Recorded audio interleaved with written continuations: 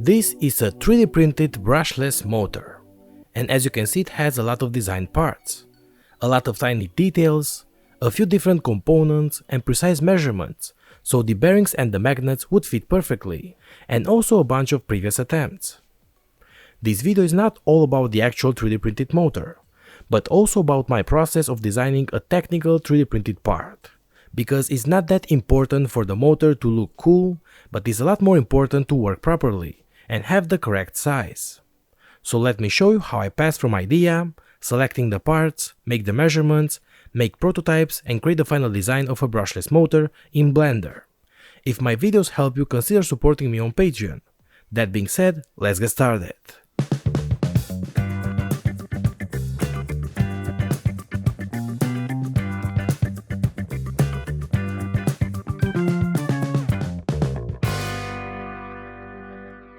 Hi guys, and welcome to another video. For a lot of my projects it requires for me to make a PCB. Now I could make something like this, but this is just a prototype, it's ugly, it fails a lot, it's not that good. So a better option is to make a professional PCB like this one. Now I've been using the services of PCBWay for a long time now, and they always give me very good results, and for only $5 for 10 PCBs.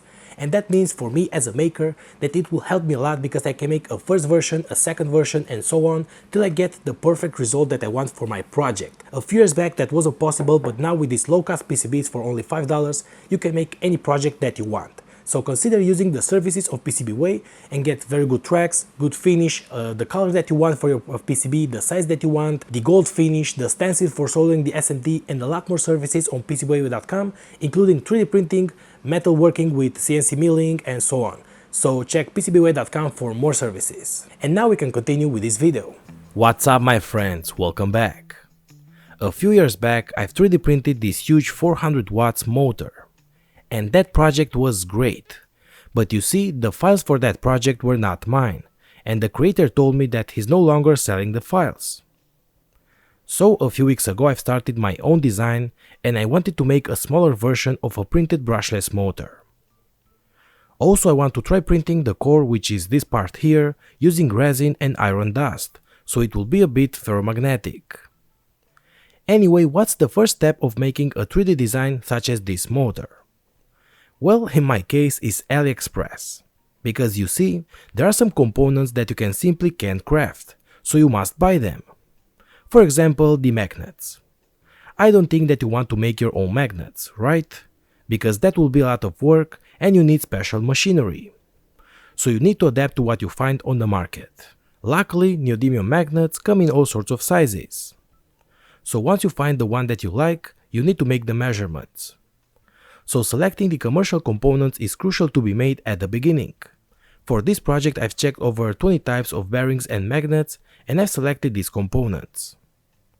I need a rod, so I've selected a 5mm one. A smaller one would be too weak and a bigger one would be too heavy. I've also selected this tiny bearing, which must have the inner diameter the same as the rod. So if you select the 5mm rod, also select the 5mm inner diameter bearing. And this one has a 10mm outer diameter. And the last metal component was this ring with a screw, again of a 5mm inner diameter. Okay, the second step is to measure all the components precisely, using a good caliper. And then I create these components with the exact size in Blender. I know that a lot of you guys are using Fusion 360, but I've been using Blender for 7 years already. And I actually don't have extra time to start getting used to the Fusion 360. That's why I still use the Blender 2.79. First tip for Blender. Whenever you create something round, add enough vertices. Otherwise when you print it, you'll see hexagons instead of circles. So for a 10mm bearing for example, 64 vertices is enough. First I make the rod. Make a 5mm circle. Select all the vertices and press F to create a face. Then press E and extrude all points 85mm upwards. To move only in the Z axis, press E and then Z, and as you can see the movement is now constrained to only the Z axis. And the same would be if you press Y or X for the other two axes. Also, to precisely move the points 85mm, press E, Z and then type 85 and then enter. Now I have the rod. I give my elements different colors, so I could identify them faster. So in Materials, create a new one and select a color. Next I make the bearing. I add a 10mm circle, press F to create a face, then extrude the points 4mm upwards, because that's the height of the bearing. Okay, but now how can we create the hole? Well, press Tab to exit the edit mode and create a new circle, this time of 5mm diameter. Press G to move the points downwards, press F to create a face, press E to extrude them upwards and press Enter. Now press Tab and exit the edit mode again. Now let's use a powerful tool that is called booleans.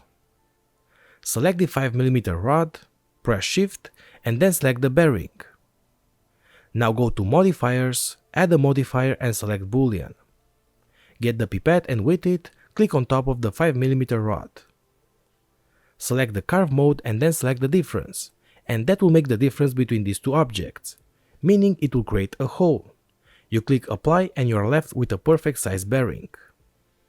Change the color if you want. And do the same for the small ring. Next I make the magnets. I measure them and they are 2.8mm thick, 9.3 wide and 29mm tall.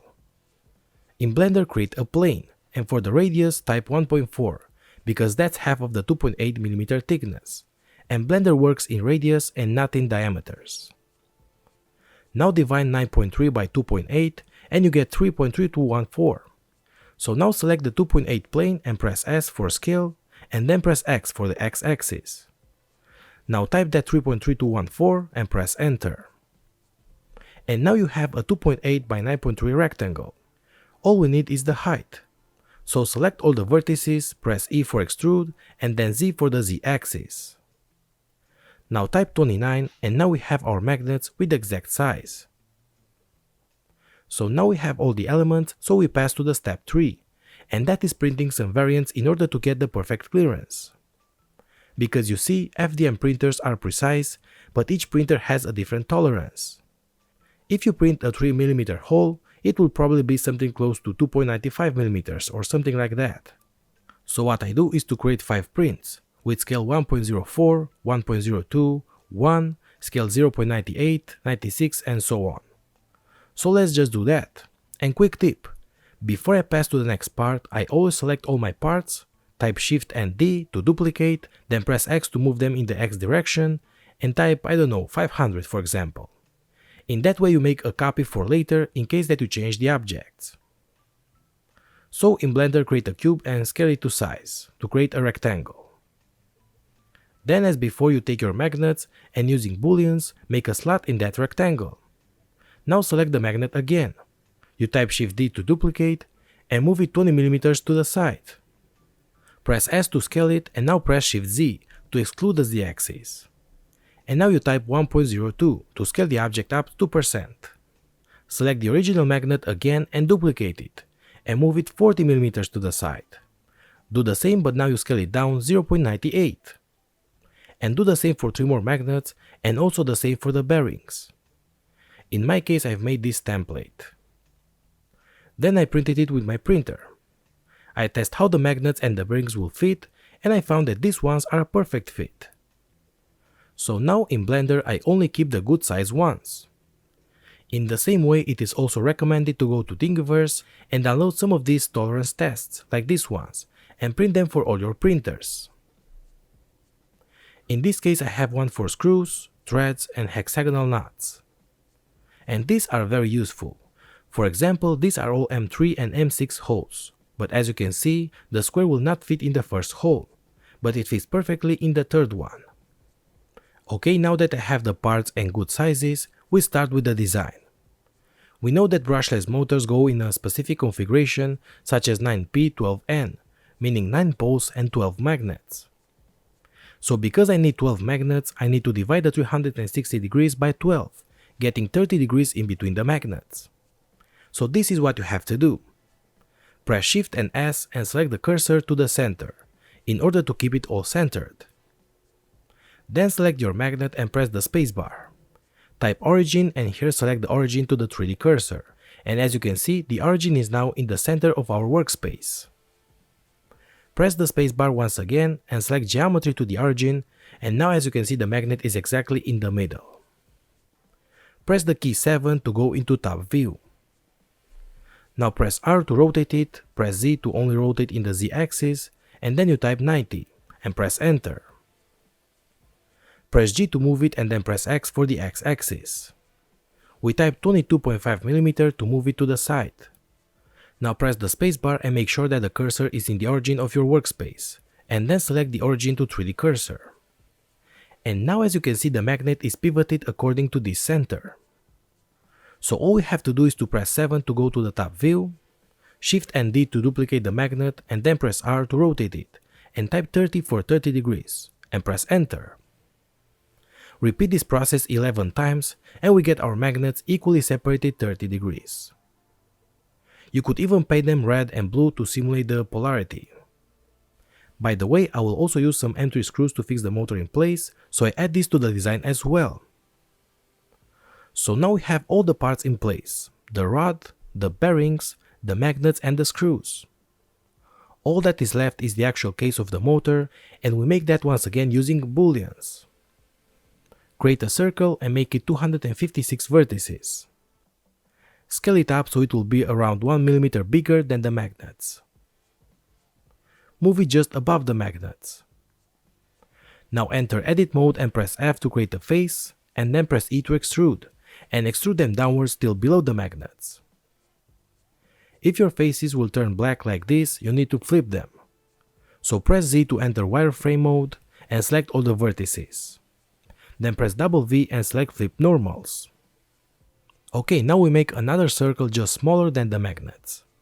And again move it upwards and extrude it just below the magnets. And now we can use booleans as before and make a hole into the big cylinder. Now take a copy of your magnets. You scale them upwards. We take the magnets and delete all but this one. Select this face and press E for extrude and then S for scale, and scale it on the Y axis. Extrude it again in the X direction like this. Now duplicate the magnet and rotate it 30 degrees and do that 11 times. Select all of them and press Ctrl J to merge them like this together. And now make another boolean between this part and your big cylinder. And just like that we have the main shape of the motor. We tweak a bit the shape of the cylinder and make it smaller here on the bottom. I also remove the rest of the plastic inside using booleans once again. For the internal core is just the same. Create a second cylinder smaller than the magnets. Then create yet another circle that is smaller than this cylinder. Then yet another circle, and using booleans we create a ring. Now create a cube and you scale it like this. Duplicate it and rotate it 8 times. Use Ctrl and J to join all of them together, and now make a boolean with the ring that we have made before. Now open the ring and delete all of the parts but this one. Select these few vertices and extrude them in the X direction. Duplicate and rotate the part 40 degrees and do that 8 times. Join them together and make a boolean with the second cylinder, and that's how I've got this part where the coil will go. I won't go over the entire process because as you can see it's all the same, once you have the correct dimension and you know how to use the booleans. I will post a live video where I do this with all the details. Now I have the main case, the coil core, the top part and the smaller part to keep the rod in place. I print them using my FDM printer, and make sure that you rotate them like this and also activate supports for the print. I've made these prints 5 times, always tweaking here and there. Also make sure that your filament is dry. These 2 parts were printed with the same printer and the same file, but look how ugly is the orange one because I was using an old filament. Okay, so now all is left to do is to assemble it, and by the way I'm sharing all the files on my website if you want also 3D print it and make your own. Take the magnets and mark the south and the north face. Then glue the magnets inside, swapping each time the pole, so north, south, and so on. Now cut the rod to 85 mm. We add 2 M3 nuts here and here. Now pass the rod and tighten the screws like this. Now take this rod and pass it through the main case. Now take the core. Using the copper wire that you want, make the same amount of loops for each pole. You jump 2 poles and make the loops once again. And you do that 3 times for all 3 faces. Now we have all the poles and 6 wires are coming out. You can wire this into delta or star configuration if you want. Then cut the 3 wires to size and add a heat shrinking tube. Take the other motor case and add 4 M3 nuts. I glue them with some super glue on the inside. Now pass the 3 wires to the bottom motor case and join the core together with this part. Maybe add just a little bit of glue.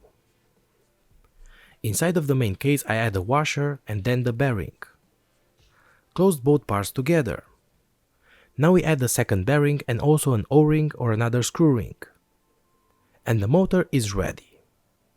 So guys, this was a tutorial and a guide of my process and steps of creating basically any technical design with precise dimensions. Get my files from below and a full part list. And stay tuned for other iterations of this design and even printing with metal dust for ferromagnetic properties. If this video helped you, consider supporting me on Patreon. Thanks again and see you later guys. So guys, here I am in my workshop, another video that ended. I hope that you like it. And the most important part, I hope that you have learned something new. Anyway, I just wanted to give a thank you to all my patrons, to you guys, to the viewers who are supporting me, liking my content, sharing it, commenting below. Just check my website, check my shop, check my t-shirts. All this kind of stuff will support my channel. So thank you very much once again.